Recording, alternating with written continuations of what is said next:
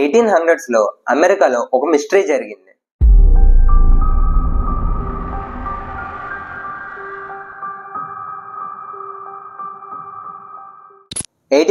Time period, 3 journalists and 1 mysterious death, 12 anonymous papers that shook the media.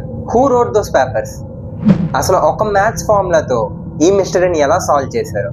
ఈ స్టోరీని మనం అర్థం చేసుకోవాలంటే ఈ కేసుని చాలా డీప్గా ఎక్స్ప్లోర్ చేయాలి.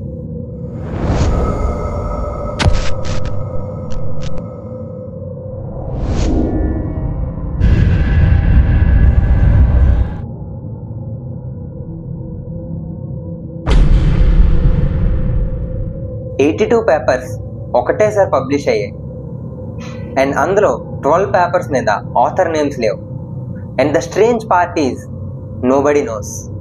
3 legendary writers wrote them: Alexander Hamilton, James Madison and John Jay. Alexander Hamilton ఒక లెజెండరీ రైటర్, ఒక పొలిటికల్ జీనియస్. అండ్ ఆయన ఒక డ్యూయల్లో చనిపోయారు. అందరూ ఆ 12 పేపర్స్ని హ్యామిల్టన్ రాసి ఉంటాడేమో అని అనుకున్నారు. ఎందుకంటే హ్యామిల్టన్ ఆల్రెడీ 51 పేపర్స్ రాశారు కనుక అదే నిజమని చాలా ఇయర్స్గా జనాలు అందరూ నమ్మారు.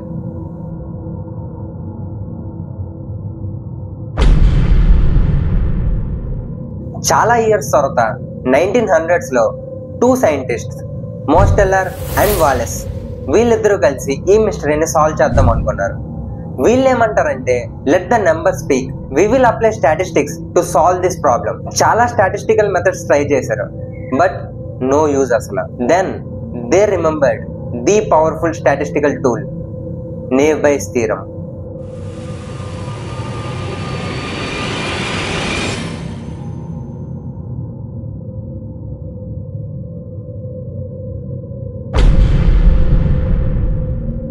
నేవ్ బయాస్ బేస్ థీరం ని బేస్ చేసుకుని ఉంటుంది. ఈ థీరంలో every feature is considered as independent. ఇక్కడ నుంచి కొంచెం మ్యాథ్స్ స్టార్ట్ అవుతుంది. ఓపిక్ గా వినండి, ఈజీగా అర్థమయ్యేలా చెప్తా.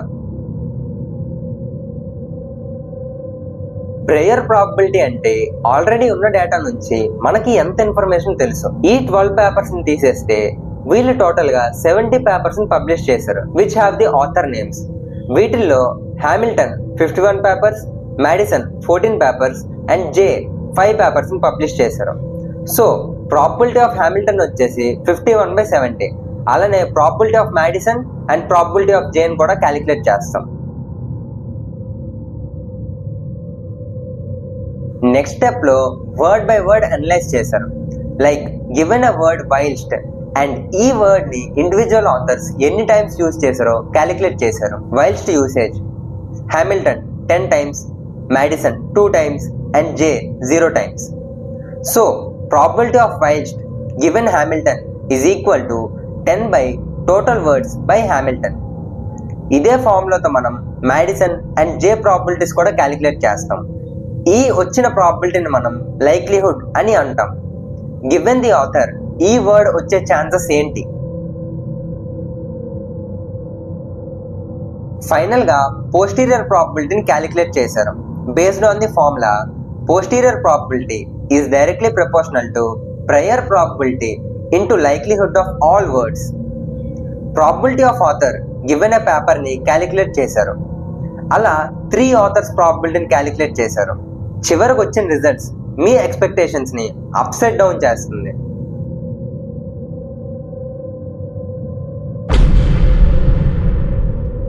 అనాలిసిస్ తర్వాత ఒక షాకింగ్ ట్రూత్ బయటపడింది. Those 12 anonymous papers were not written by Hamilton but by James Madison. ఆ రోజు ప్రపంచం మొత్తానికి తెలిసింది ఇలాంటి మిస్టరీస్ స్టాటిస్టిక్స్ తో సాల్వ్ చేయొచ్చని.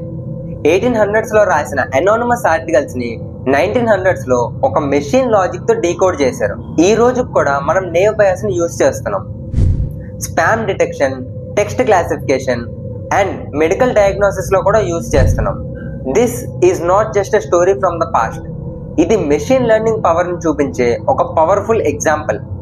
అండ్ అంతేకాదు, ఈ ఆల్గోరిథం మెషిన్ లెర్నింగ్ లోనే one of the powerful algorithm అనే పేరును కూడా సంపాదించుకుంది. That's naive Bayes for you. ఇప్పుడు మీరు చెప్పండి, ఈ మిస్టీరియస్ స్టోరీ మీకు ఎలా అనిపించిందో? నెక్స్ట్ వీడియోలో ఇంకొక ఇంట్రెస్టింగ్ ఆల్గోరిథంతో మళ్ళీ మీ ముందుకు వస్తాను. Until then, keep learning. Signing off.